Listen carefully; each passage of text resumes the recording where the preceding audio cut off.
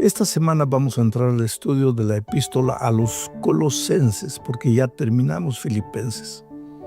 Colosas quedaba localizada a 18 kilómetros de la ciudad de Laodicea.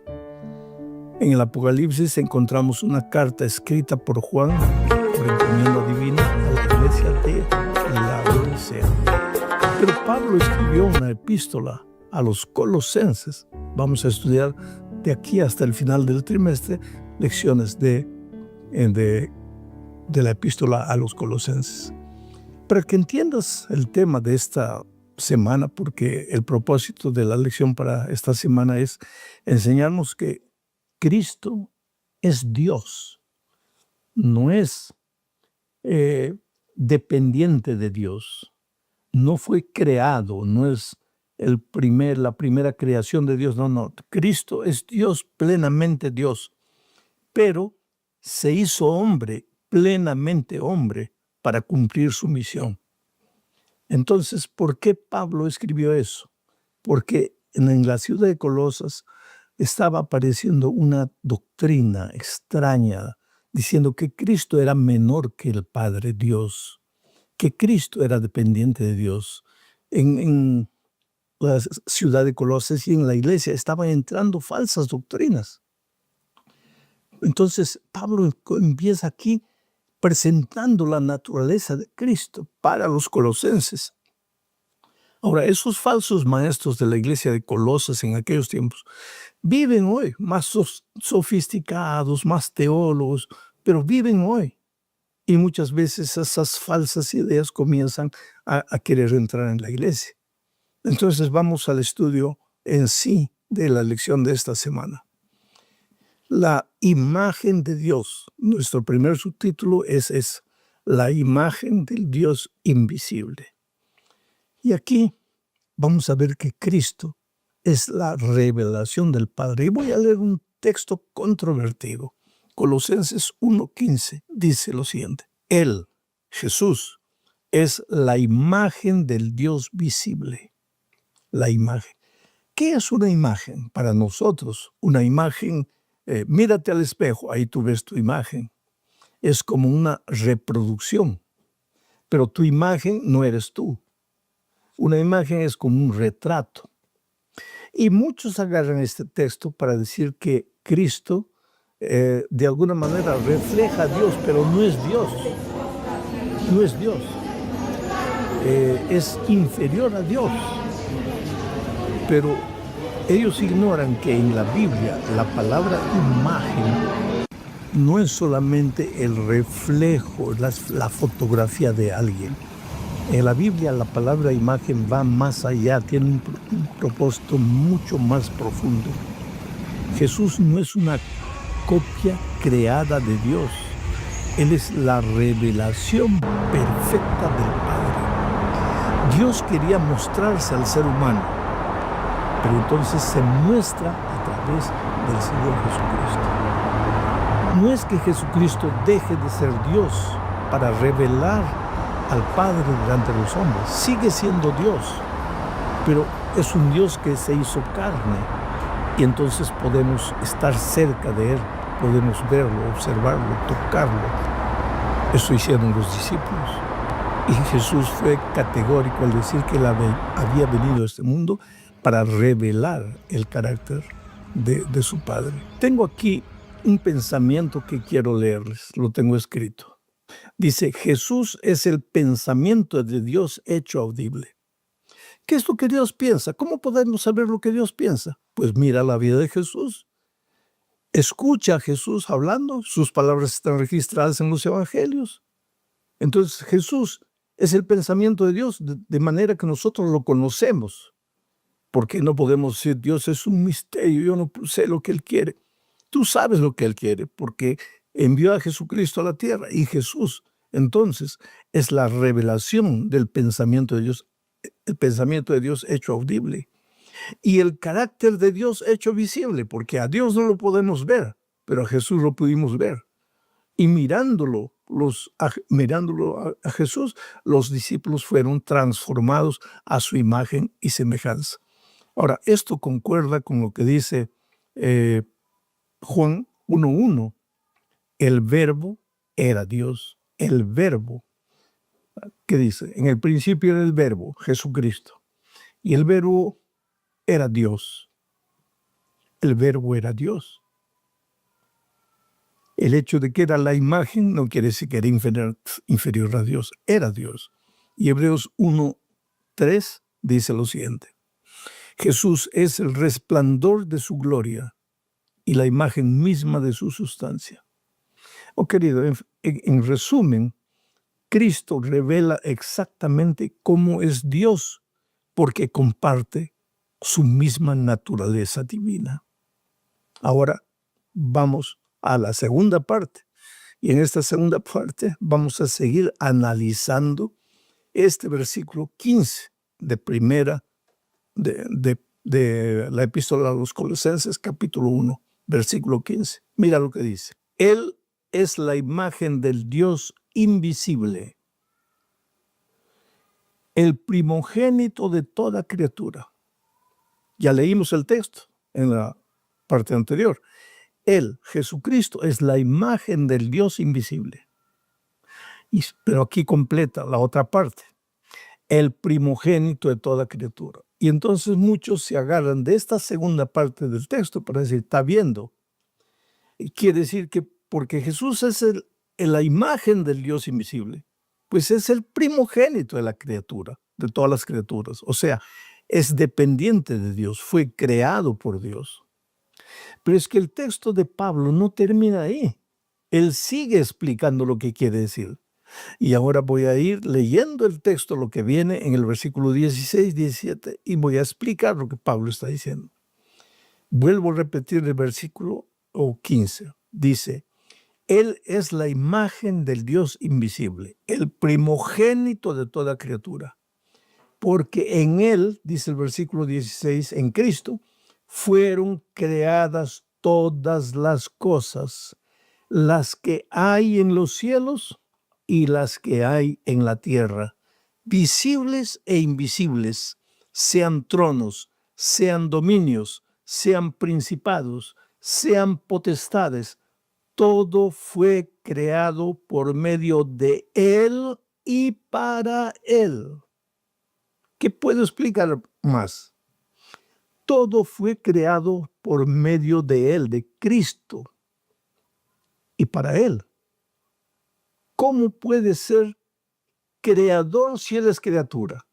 No, pues, el hecho de que es el primogénito de toda la creación no quiere decir que es primogénito en el sentido de haber sido creado, porque la palabra primogénito en la Biblia no se usa solamente con respecto a la creación, al nacimiento.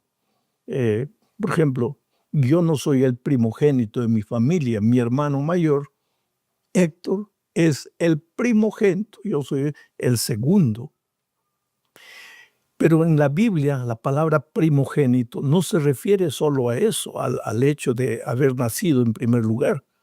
Y en este caso, aplicado a Cristo, alguien toma la palabra primogénito y dice, no, aquí está mostrado que Cristo es el primogénito. Pero si el propio Pablo está comentando el texto y dice que Él es el creador, y entonces, ¿por qué lo llama primogénito?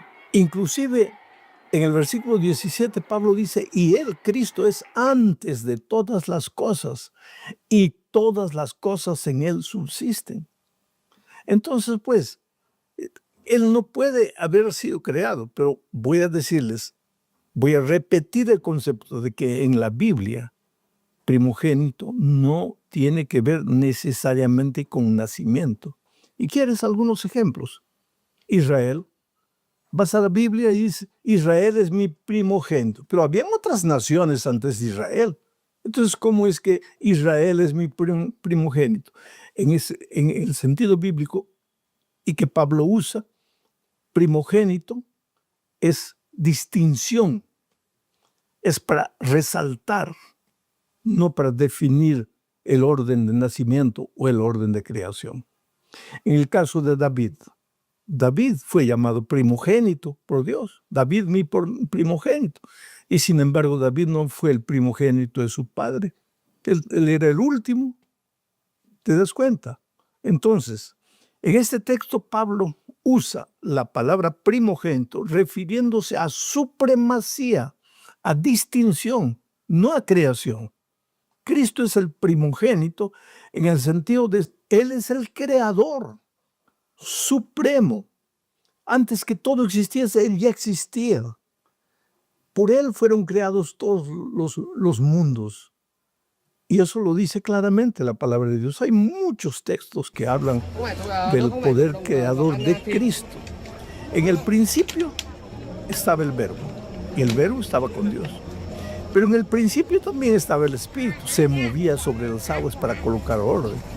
Padre, Hijo y Espíritu Santo eran el mismo Dios, la misma supremacía, la misma sustancia, la misma naturaleza. Pero el Hijo se hizo carne para venir a este mundo a rescatarnos.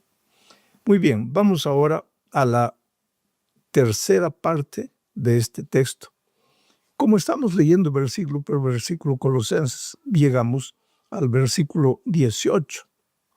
Y aquí se habla de la cabeza de la iglesia. Cristo es la cabeza y la iglesia es su cuerpo. Leo el texto. Y Él es la cabeza del cuerpo, que es la iglesia, el que es el principio, el primogénito de entre los muertos, para que en todo tenga la preeminencia. Él es el primogénito para que en todo tenga la preeminencia. Muy bien, este versículo también lo vamos a estudiar en dos partes. Ahora voy a estudiar la primera parte, después voy a estudiar la segunda parte. La primera parte, Cristo es la cabeza, la iglesia es su cuerpo. Aquí, Pablo quiere enfatizar el hecho de que nadie puede decir, yo amo a Cristo, pero no quiero saber nada con la iglesia organizada. Yo amo al Señor Jesucristo, mi relación es con Cristo, pero no quiero saber nada con la organización. Esa sería una incoherencia, porque Cristo es la cabeza y la iglesia es su cuerpo. Ahora, ¿cómo yo puedo decir? Amo a mi esposa, le doy un beso en el rostro y le doy un puntapié en la canilla. Ahora, si yo la amo por entero. Amo su cabeza y amo su cuerpo. ¿Cómo alguien puede decir, amo al Señor Jesucristo, pero no quiero saber nada con la organización? Pero mucha gente dice, pero pastor, es que en la organización hay cosas equivocadas, hay cosas cerradas, hay mucha hipocresía, mucha mentira. Yo no dudo de eso. ¿Por qué? Porque la iglesia es una iglesia imperfecta. ¿Y sabes por qué? Porque está formado por seres imperfectos. Y yo soy imperfecto y soy parte de la iglesia. No sé si tú eres perfecto, pero yo te hago una pregunta. ¿Cómo sería la iglesia si todos fueran como tú? Ahí sería una iglesia perfecta. ¿No crees? Tú te conoces a ti mismo. Pues, pero como yo me conozco a mí mismo y como yo sé que yo no soy perfecto y soy parte de la iglesia, yo soy causa de la imperfección de la iglesia y no sé qué es lo que piensas tú. Pero asimismo, imperfectos, Dios nos ama. Por eso la sierva de Dios dice, débil o defectuosa como la iglesia pueda ser, es la niña de los ojos de Dios. Por favor, no entres en esa onda de pensar, yo amo a Jesús, mi salvación depende de Cristo, yo no quiero saber nada con la iglesia. La iglesia todavía sigue siendo el cuerpo de Cristo, así débil e imperfecta. La iglesia es como el arca de Noé durante el diluvio. El arca de Noé era el único lugar donde los que querían ser salvos tenían que entrar. Porque el diluvio vendría y los que no estuvieran dentro del arca se ahogarían. Y junto con Noé, su esposa, sus hijos, sus nueras, entraron animales. Ahora, ¿cuántos meses estuvieron ahí dentro del arca? Oh, querido, ya imaginaste, no había desagüe. ¿A dónde iba toda la suciedad de los animales, de los seres humanos? Imagínate el olor de ese arca. Y sin embargo era el único lugar donde ellos estaban encontrando salvación. La iglesia es semejante a un arca. La iglesia está con las puertas abiertas. Entonces, a esa iglesia entran personas todas deshechas por la vida, con el carácter imperfecto, con sus complejos, con sus traumas, y conviven juntos. Aceptaron a Jesús y quieren crecer juntos, pero conviven juntos. Pero muchas veces en esa convivencia se hieren, pero esa iglesia sigue siendo la iglesia de Dios, aunque haya imperfección. Y Cristo continúa siendo la cabeza de esa iglesia. Ese es un aspecto del texto, pero ahora vamos a la cuarta parte del estudio para ver otro aspecto del texto. Cristo también es el principio, el iniciador. Entonces vuelvo a leer el texto de Colosenses 1:18. Dice, y Él es la cabeza del cuerpo que es la iglesia. Ese Él es Cristo, ¿no? El primogénito de entre los muertos, para que en todo tenga la preeminencia. Cristo es el primogénito de los vivos. En el texto anterior, Cristo es el primogénito de todo lo creado, no en el sentido de que fue creado primero, sino en el sentido de supremacía. Y ahora, aquí en este texto, Cristo es el primogénito de los muertos. Quiere decir que de todos los muertos, Cristo es el primero que resucitó. Moisés no resucitó antes de Cristo. Entonces, ¿cómo Cristo es el primogénito de los muertos? Es que la palabra primogénito en este texto no se usa como orden de nacimiento, sino como supremacía. Cristo resucitó de los muertos. ¿Y para qué resucitó de los muertos? Para ser la cabeza de la iglesia. Él es, dice, el iniciador de la iglesia. Él tiene toda la preeminencia y es el iniciador de la iglesia. O sea, quien organizó la iglesia en esta tierra no fue un hombre. La iglesia no es idea humana, es idea divina. En el principio, en el jardín del Edén, ¿cuál era la iglesia de Dios? Adán y Eva. Después, cuando ellos cayeron en el pecado y fueron expulsados de Dios, del jardín del Edén, ¿quién formaba parte de la iglesia de Dios? Adán y Eva y sus hijos. Y después, más adelante, la humanidad se divide a medida que se va multiplicando. Unos son fieles a Dios a pesar de sus imperfecciones y sus fallas, pero son fieles a Dios. Y otros no quieren saber nada con Dios. Caín entre ellos se va por otro lado. Y ahí la iglesia de Dios se divide. Unos salen y forman sus propias ideologías y otros, obedientes a las enseñanzas bíblicas, son la iglesia de Dios. Y a través del Antiguo Testamento y del Nuevo Testamento, la iglesia de Dios permanece. Cristo siempre la cabeza, la iglesia el cuerpo. Pero quien inició la iglesia es Cristo. Vuelvo a leer el texto para que entiendas esto. Dice así, y Él, Cristo, es la cabeza del cuerpo, que es la iglesia. Él que es el principio, el primogénito de los muertos, para que en todo tenga preeminencia. Cristo es el iniciador de la iglesia. Y ahora llegamos al fin de este estudio, hablando de para reconciliar todas las cosas. Cristo no solamente es el iniciador de la iglesia, Cristo es el reconciliador de su pueblo. Y leo Colosenses 1, 19 y 20. Dice así, por cuanto agradó al Padre que en él habitase toda plenitud, y por medio de él reconciliar consigo todas las cosas, así las que están en la tierra como las que están en los cielos, haciendo la paz mediante la sangre de su cruz. El pecado hizo una ruptura en la relación Dios-hombre. El pecado hizo separación entre Dios y los hombres. El pecado abrió un abismo profundo. Ahora el pecador estaba aquí, lejos del Creador. Lejos de la vida, moriría. Lejos de la esperanza, se desesperaría. Lejos de la luz, viviría en tinieblas y oscuridad. Lejos de la verdad, viviría en la mentira. Había una zanja en un abismo.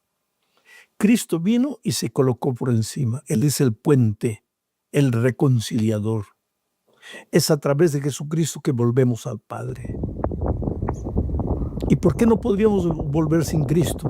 Porque cada vez que Dios se presentó a los seres humanos no pudieron soportar su presencia. ¿Por qué? Por su pecaminosidad. Cristo entonces adoptó la humanidad, se hizo hombre, se hizo carne, vino a este mundo. Y ahí podemos acercarnos a Cristo, pero nos estamos acercando a Dios. Es en ese sentido que Él es el puente, el reconciliador. Los seres humanos hoy día podemos aproximarnos a Dios sin miedo. ¿Por qué? Porque Él se aproximó de nosotros primero en la persona de su Hijo maravilloso, Cristo Jesús. No estás solo, no estás abandonado, no puedes vivir desesperado. El hecho de que falles, cometas un error, no quiere que estás perdido. Levántate, Dios te ama. Si estás sufriendo en la vida, no es porque Dios dejó de amarte, Él te ama mucho. Es porque el pecado entró para traer sufrimiento. Pero a pesar de las circunstancias, tú puedes ser victorioso. Si colocas tu mano débil en la mano poderosa de Dios, llora delante de Dios, clama, suplica perdón. Si hay que arrepentirse, arrepiéntete.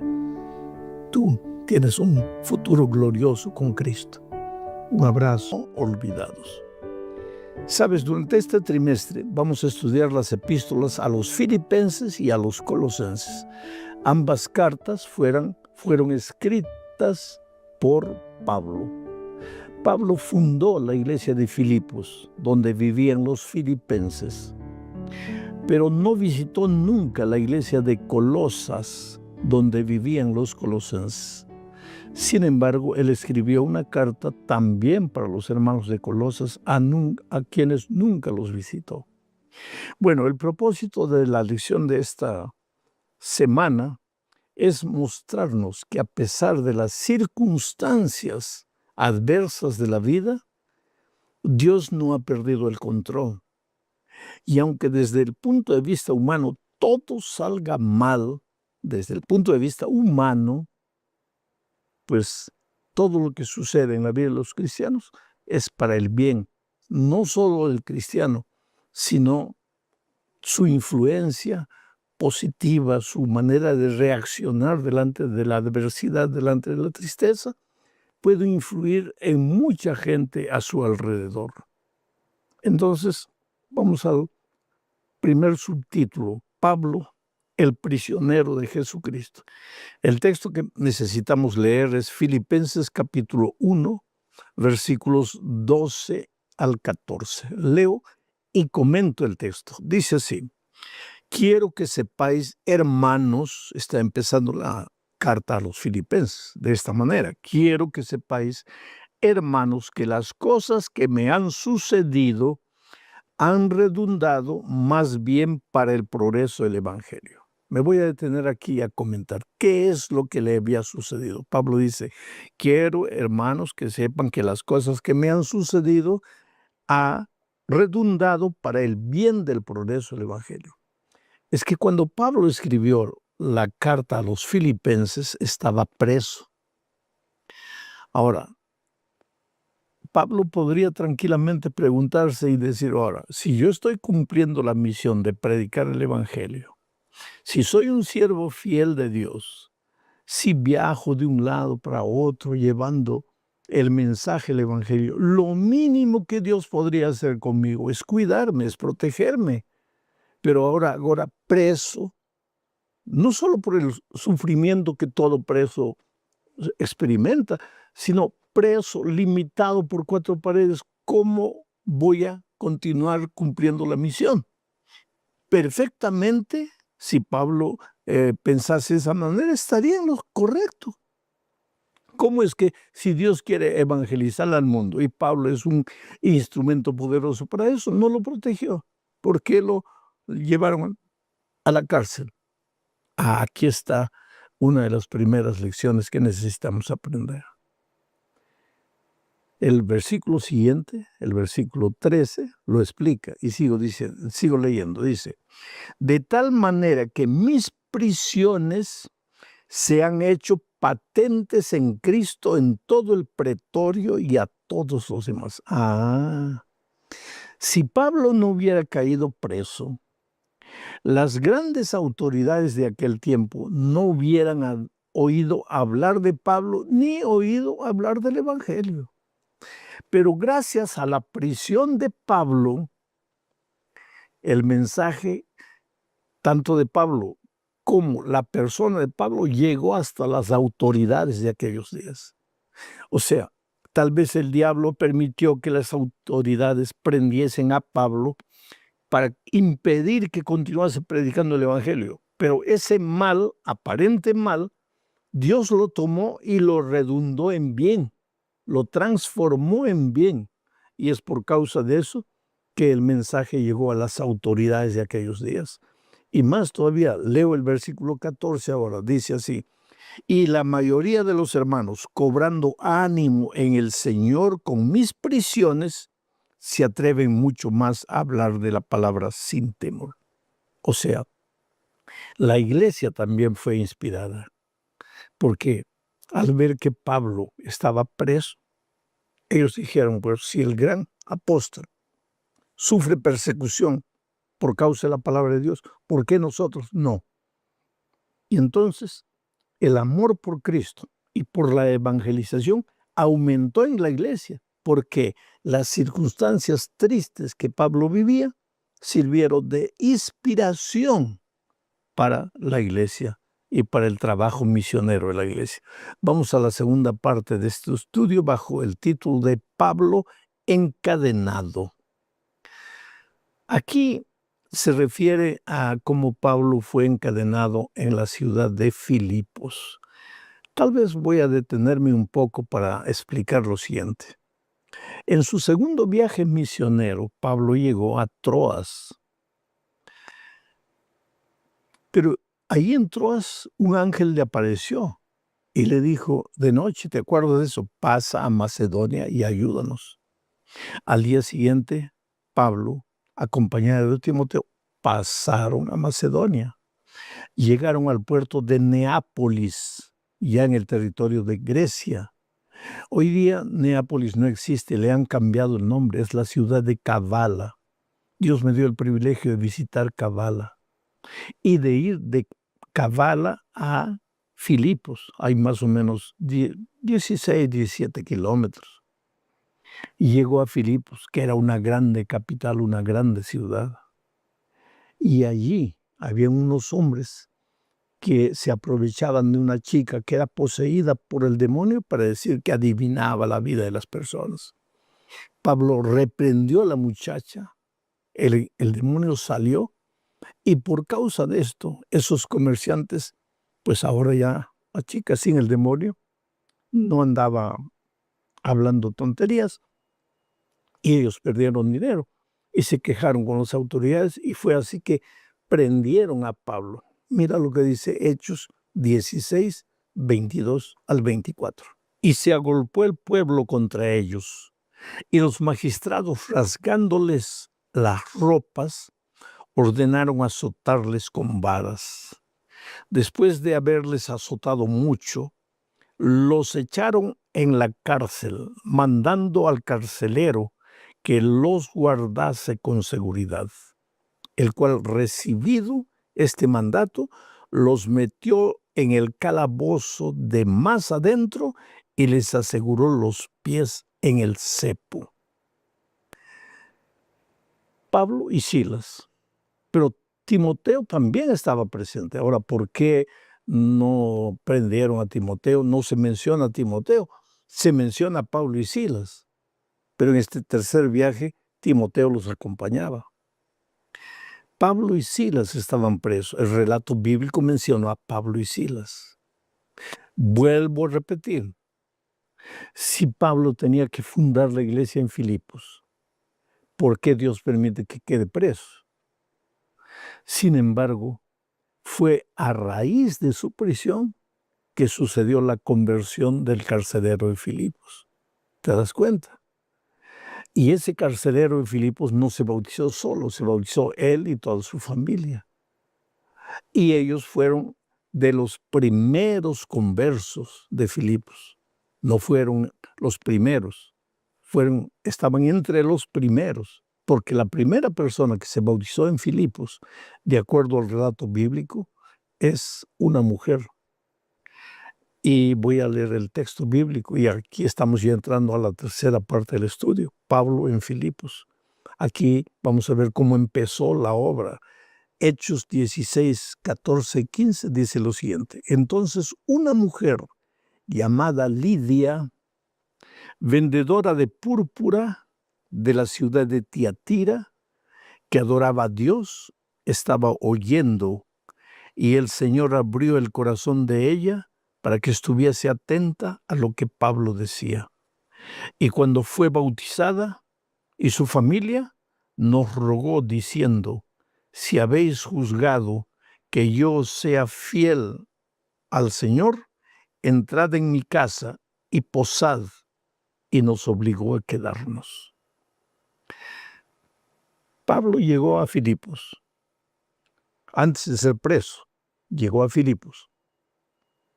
El sábado, en las ciudades donde él estaba, él buscaba la sinagoga para alabar a Dios en el sábado y para aprovechar y hablar de Jesús para los judíos. Pero aparentemente en Filipos no había sinagoga. Algunos judíos iban al río a adorar el sábado. Pablo descubrió esto y se dirigió también al río. Pero mientras estaba conversando del Señor Jesucristo con los judíos, una mujer llamada Lidia parece que estaba lavando ropa ahí en el río. ¿Y qué sucedió? Esta mujer escuchó las palabras de Pablo. Y aunque no se registra que algún judío hubiese aceptado el evangelio, la mujer sí lo hizo. Y le dijo: Pablo, yo le entrego mi vida a Cristo. Fue bautizada ella y su familia. Y después le dijo, por favor, a los apóstoles, les dijo: quédense aquí en mi casa. Y fue así como comenzó el núcleo. Después vino la prisión de Pablo, se bautizó el carcelero de Filipos, y la iglesia fue creciendo y fortaleciéndose allí en Filipos. Un tiempo después, Pablo, cuando salió de Filipos, no podía volver personalmente, aunque volvió en una ocasión, pero no podía estar viniendo frecuentemente para alimentar y cuidar de la iglesia. Entonces escribió una carta, porque era a través de sus cartas que instruía, enseñaba, animaba, inspiraba a las iglesias por donde él había pasado. Pero ahora, en la tercera parte de este estudio, vamos a ver lo que pasó entre Pablo y Colosas. Ya dije al principio que Pablo nunca visitó Colosas. Quien aparentemente fundó la iglesia en Colosas fue un hombre llamado Epafrodito. El short name de él, su apodo, su nombre corto era Epafras. Cuando tú en la Biblia encuentres a Epafras o a Epafrodito, no son dos personas diferentes, son la misma persona. Epafras fundó la iglesia en Colosas y aparentemente él era amigo de Pablo. Y viajó para encontrarse con Pablo. Y Pablo escribió una carta para fortalecer la fe de los hermanos en Colosas. Ahora, mira lo que dice Colosenses capítulo 2, versículo 1. Leo el texto. Porque quiero que sepáis cuán gran lucha sostengo por vosotros y por los que están en la Odisea y por todos los que nunca han visto mi rostro. O sea, Pablo pastoreaba iglesias que nunca había visitado. Él fue un gran fundador de iglesias. Pastoreó esas iglesias, fundó esas iglesias, predicó en esos lugares, después alimentó a esas iglesias con sus cartas. Pero en el caso de Colosas y la Odisea que él mismo menciona aquí, él nunca estuvo. Y sin embargo, él sufría por esas iglesias. Es que Pablo era el típico pastor que vivía, sufría por su iglesia. Pablo no era un profesional. Él luchaba por su sobrevivencia.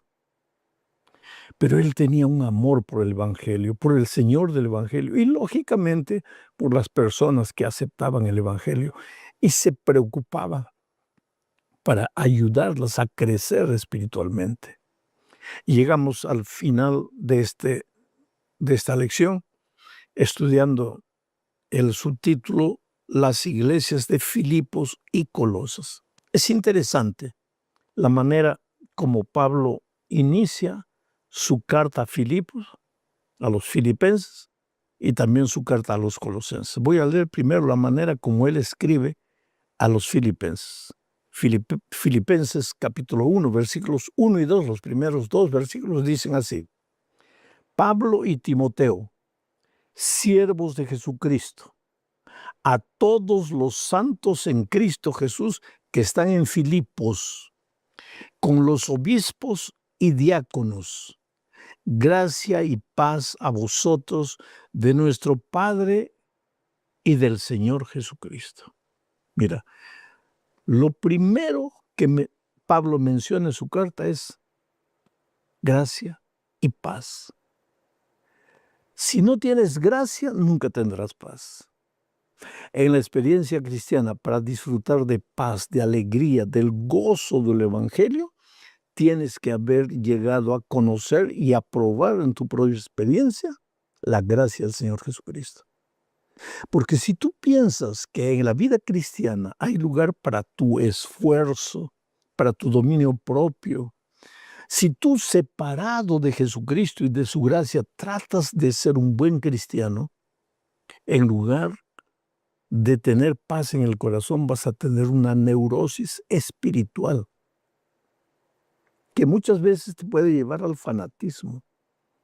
Si quieres verdadera paz en Cristo, necesitas estar en Cristo y entender el tema de su gracia. La gracia no te libera de la obediencia. Al contrario, la gracia te capacita para la obediencia, porque un corazón con paz camina en los caminos de Dios. Otro pensamiento interesante de este texto. Dice Pablo y Timoteo, siervos de Jesucristo. El único que escribió fue Pablo. ¿Pero por qué incluye a Timoteo? Porque es parte de su equipo evangelístico. Pablo no era para nada egoísta, para nada personalista. Él incluía a su equipo de trabajo en el ministerio que estaba haciendo.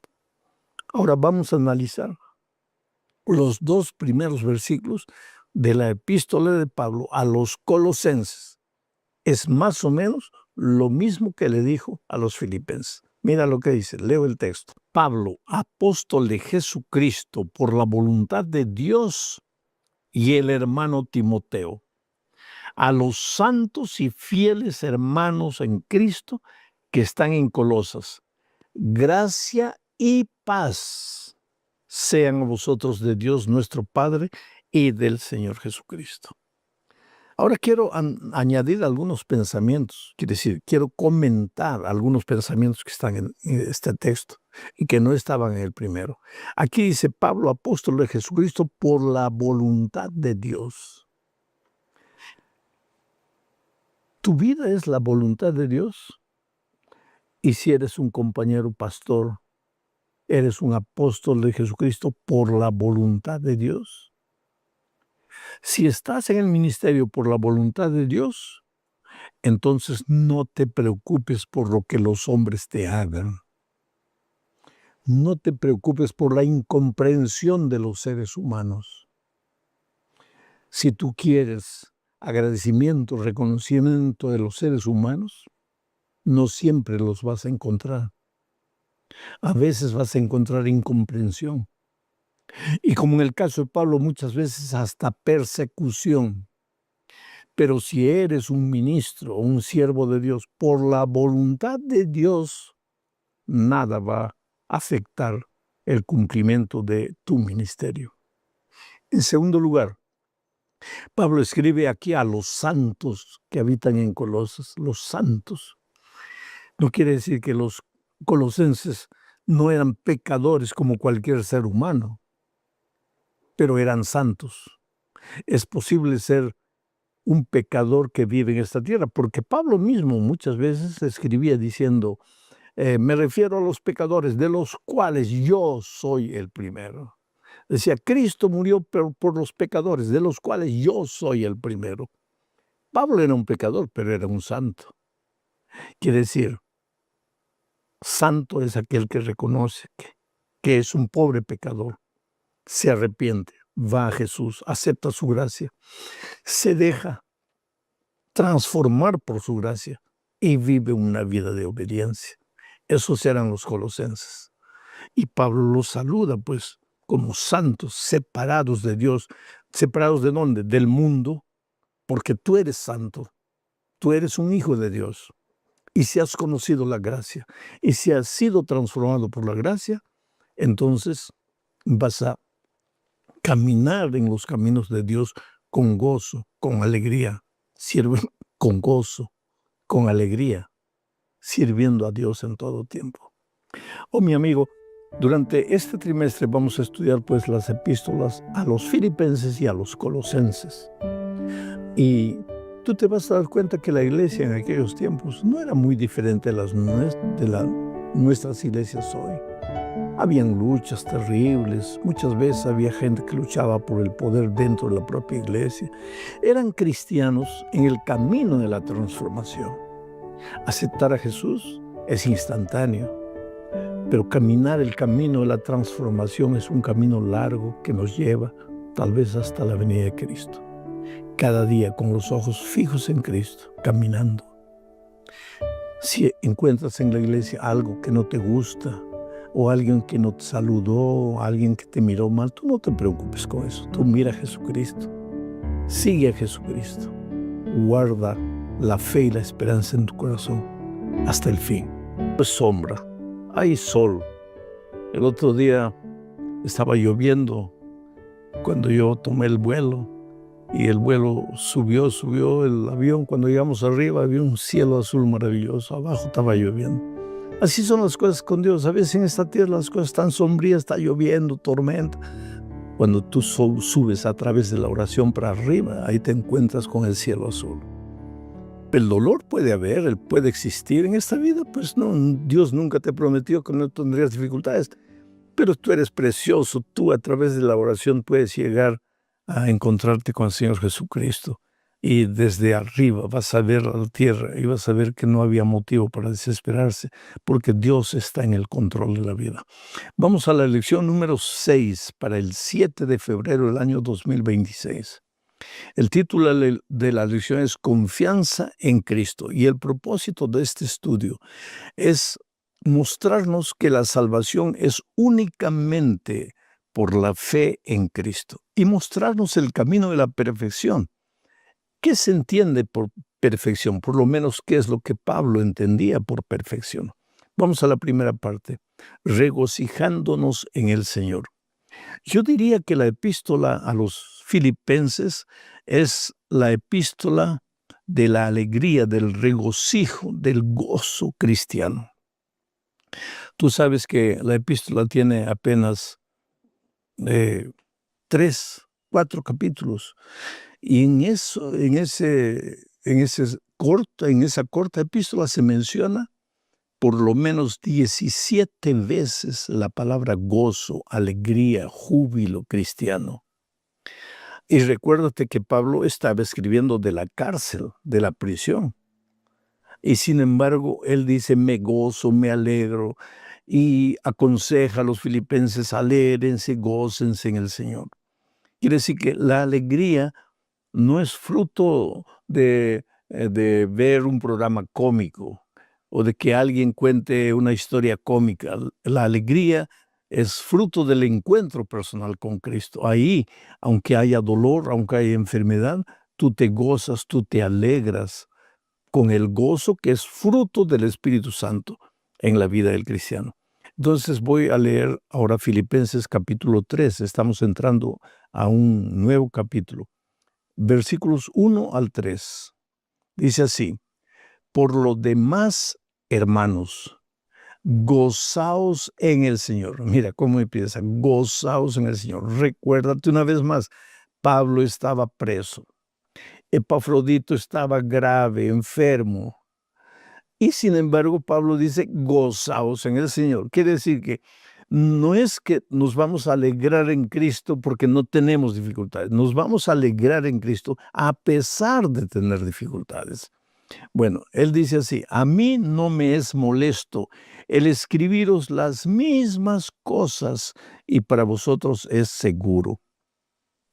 Hay otras versiones que dicen, a mí no me es molesto y para vosotros es seguro. Escribiros siempre las mismas cosas y eso para vosotros es seguro. No me molesta escribir la misma cosa y no me molesta predicar el mismo tema, aunque muchos crean que estoy repitiendo el único mensaje, que es bíblico. Tú y yo estamos perdidos, queridos. El pecado nos arruinó, deterioró nuestro carácter. La salvación es fruto del amor de Cristo. Cristo lo hizo todo para salvarnos. Somos salvos únicamente por su gracia. Y esto hay que repetirlo y repetirlo y repetirlo. ¿Por qué hay que repetirlo? Porque hay una ley mental que dice, la repetición constante de un mismo mensaje lleva inevitablemente a la acción. Hay muchas personas que me preguntan, pastor, ¿y qué nuevo sermón va a predicar? Yo puedo predicar cualquier nuevo sermón, pero el tema va a ser el mismo.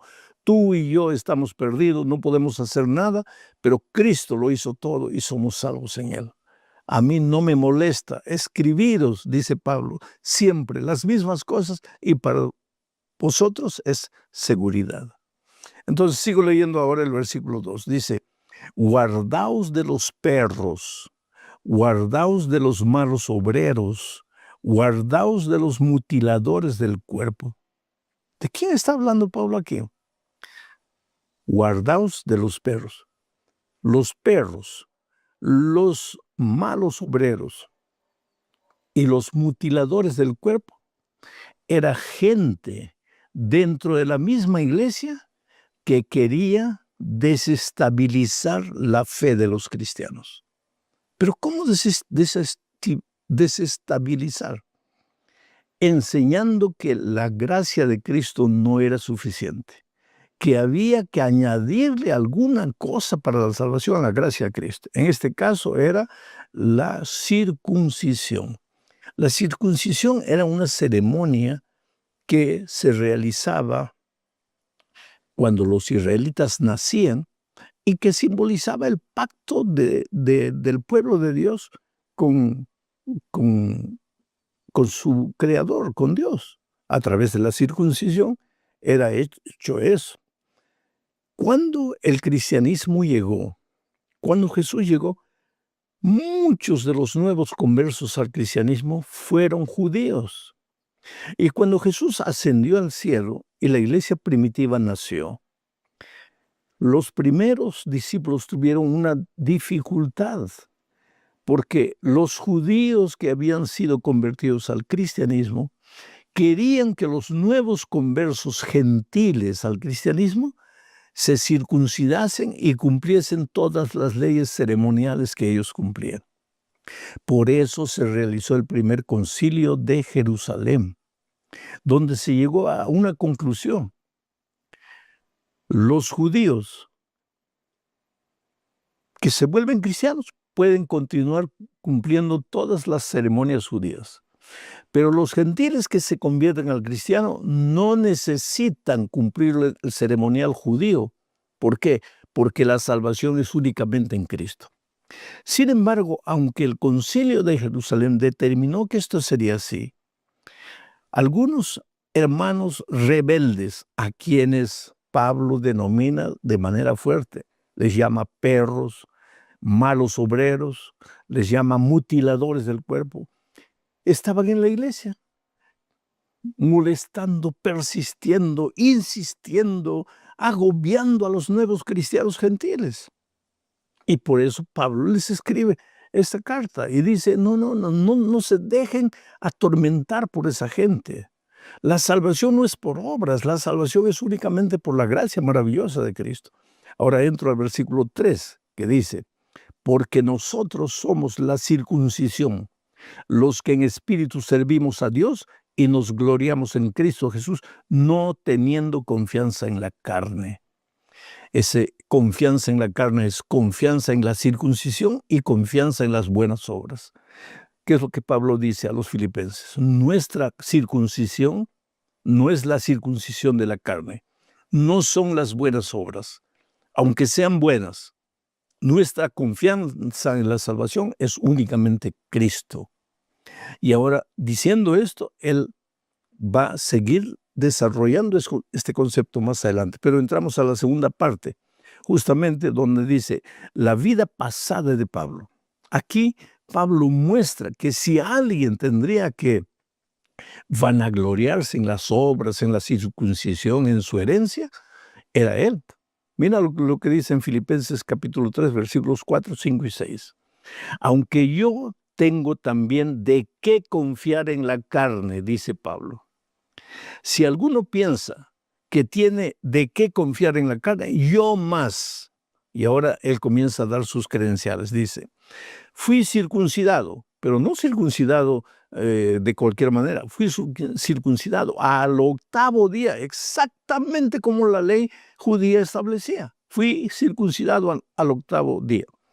Linaje de Israel, de la tribu de Benjamín. De la tribu de Benjamín salieron los más ilustres judíos.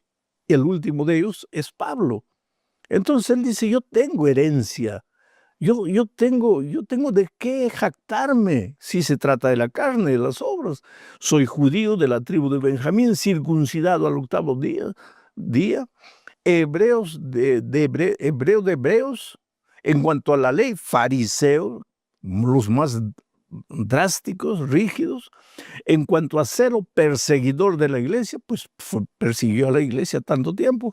En cuanto a la justicia que es en la ley, irreprensible.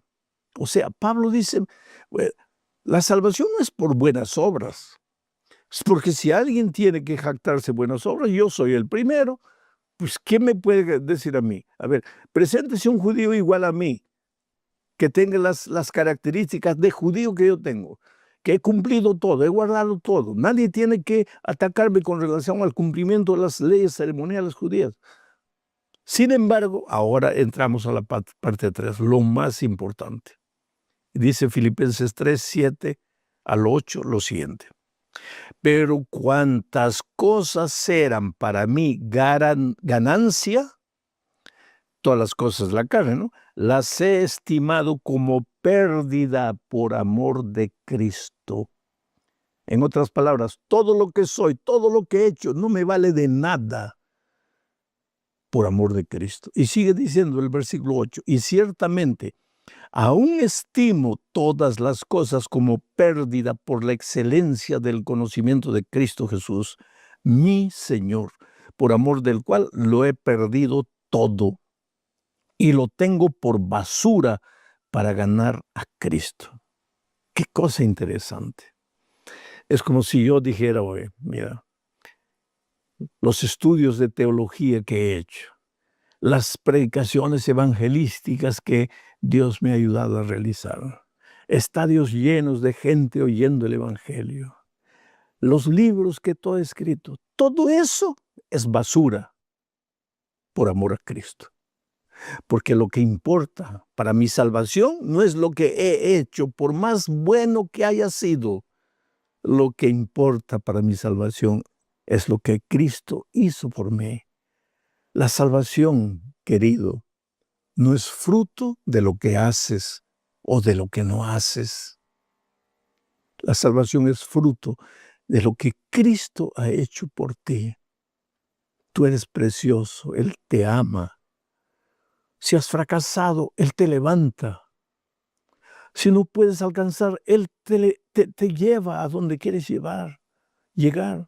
La salvación es por el amor de Cristo por ti. ¿Quiere decir que las buenas obras no tienen lugar en la vida del cristiano? Claro que tienen, pero no es para garantizar tu salvación. Es porque estás en Cristo, y cuando alguien está en Cristo, su espíritu vive en la persona. Y el espíritu produce frutos, y los frutos son todas las buenas obras que tú quieres alcanzar en la vida. Bueno, vamos ahora a la cuarta parte de este estudio bajo el subtítulo de La fe de Cristo. Y aquí veremos que la única justicia que vale es la justicia por la fe. Leo Filipenses 3:9. Mira lo que dice. Y ser hallado en Él, en Cristo, no teniendo mi propia justicia que es por la ley, sino la que es por la fe de Cristo, la justicia que es de Dios por la fe. Cuando Pablo aquí dice, yo no confío en mi propia justicia que es por la ley, está hablando de su obediencia a todas las leyes ceremoniales del Antiguo Testamento. Pero también puede ser incluida aquí la obediencia a los 10 eternos principios de la ley de Dios. Pablo dice, mi justicia no viene del cumplimiento de la ley. Pero Pablo no está diciendo la ley ya no sirve. No está diciendo la ley ya no es necesaria. Lo que está diciendo, mi justicia es por la fe en Cristo Jesús. Tienes que tener la seguridad que has alcanzado la salvación en Cristo y que tu corazón ahora le pertenece a Cristo y que tú amas al Señor Jesús con todo tu corazón. Y si realmente dices que le amas, entonces Jesús te va a mirar a los ojos y te va a decir, hijo, ¿tú me amas? Sí, Señor, yo te amo. Entonces Él te va a decir, entonces guarda mis mandamientos. ¿Qué mandamientos? Los eternos principios de mi ley, de mi santa ley. No para que te salves, porque te salvas únicamente por mi gracia, pero vas a vivir una vida de obediencia porque ahora estás en mí, estás salvo. Vas a vivir como salvo. Vamos a hacer una ilustración un poco irrisoria. Al puerco le gusta la lama, el barro, el chiquero, la suciedad. Ahí está, él se revuelca feliz de la vida. Pero un día se encuentra con Cristo y Cristo lo transforma en una oveja. Ahora esa oveja, ¿qué va a hacer? ¿Va a buscar los pastos verdes o va a volver al chiquero a revolcarse en la lama? ¿Has visto alguna oveja revolcándose en la lama feliz? No. ¿Por qué? Porque ahora es oveja. Ahora, esa oveja, ese puerco se volvió oveja porque sus propias obras, por su propio trabajo, porque un día dijo, he decidido vivir como oveja y se fue a buscar pastos verdes. No, ese puerco se volvió oveja por un milagro divino que es Cristo, pero ahora vive como oveja porque es oveja. La misma cosa sucede en la vida cristiana. Yo vivía como un puerco espiritual porque no conocía a Cristo, pero conocí a Cristo, me volví oveja, ahora voy a vivir como una oveja. No para ser oveja, sino porque soy oveja. ¿Te das cuenta? Ahora llegamos al fin de este estudio hablando de un asunto delicado que es la perfección. Solo una cosa vale: conocer a Jesús. La perfección cristiana es conocer a Jesús. Leo lo que dice Filipenses 3, 12 al 15. Dice así: no que lo haya alcanzado ya, ni que ya sea perfecto, sino que prosigo para ver si logro asir aquello para lo cual fui también asido por Cristo Jesús. Hermanos, yo mismo no pretendo haberlo ya alcanzado. Pero una cosa hago, olvidando ciertamente lo que queda atrás y extendiéndome a lo que está delante, prosigo a la meta del premio, al premio del supremo llamamiento de Dios en Cristo Jesús. En otras palabras, lo que Pablo dice hasta aquí es, hermanos, yo todavía no soy perfecto. ¿Quién dice eso? Pablo, el gigante del Evangelio. Pablo, el que está escribiendo una carta espiritual para Filipos. Hermanos, yo todavía no soy perfecto. Y lo repite 2 veces. No lo he alcanzado. Estoy en camino, estoy en proceso, voy yendo. Pero todavía no soy perfecto. Ahora en el versículo 5, mira lo que dice. Así que todos los que somos perfectos ya, esto mismo sintamos. Y si otra cosa sentís, esto también os lo revelará Dios. Si Pablo estuviera vivo, yo le diría, Pablo, discúlpame. Hasta el versículo 14 dices que todavía no eres perfecto, que estás caminando, que estás en dirección a la perfección, que te olvidas de lo que queda atrás, que sigues para adelante. Pero en el versículo 15 dice que ya eres perfecto. Entonces, por favor, explícame, ¿eres perfecto o no eres perfecto? Y él te diría, sí soy y todavía no soy. ¿Qué? Es que la perfección cristiana, querido, no es un punto al que tú llegas. La perfección cristiana es un camino que tú transitas mientras estás en esta tierra, rumbo a la perfección absoluta en Cristo Jesús. Pero como estás en esta vida y cargas todavía la naturaleza pecaminosa, esa naturaleza pecaminosa no te va a dejar ser feliz en Cristo, te va a atormentar. Y muchas veces vas a soltar las manos de Cristo. Por eso Pablo en Romanos capítulo 7 dice, miserable hombre que soy, ¿quién me librará de este cuerpo de muerte, de esta naturaleza pecaminosa? Porque yo quiero servir a Dios. Pero cuando me doy cuenta, ya me estoy yendo para el otro lado. Y si me estoy yendo para el otro lado, entonces yo no soy el que se va para allá. Es el pecado que está en mí, la naturaleza pecaminosa que me lleva. Entonces Pablo explica, no se desesperen, queridos. Hagan como yo. Olvídense de lo que queda atrás. Cayeron, fallaron, prometieron, no cumplieron. Olvídense. Mira para adelante y camina. Prosigue. El verbo proseguir en griego es lambano. Lambano. Prosigue. Lambana. ¿Qué quiere decir lambanar? Caminas, caminas, caminas. Llegas a la cumbre y te das cuenta que hay otra cumbre más alta. Caminas, caminas, caminas. Llegas a esa cumbre y te das cuenta que hay otra cumbre más alta. Y prosigues, prosigues, prosigues. Eso es lambanar. La vida cristiana es lambanar, proseguir, proseguir. Te resbalaste, levántate, continúa. Nadie se va a perder porque un día cayó. Si alguien se pierde será porque habiendo caído no quiso levantarse. Pero mientras estás en esta tierra, luchando con la naturaleza pecaminosa que solo será extirpada de ti cuando Cristo vuelva, tendrás que proseguir, proseguir con fe en Cristo Jesús. La vida cristiana es simple. Dios te ama mucho. Tú y yo no podemos. Cristo lo hizo todo.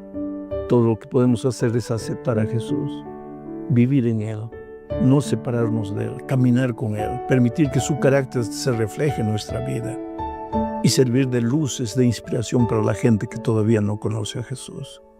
Un abrazo, querido. Dios te bendiga.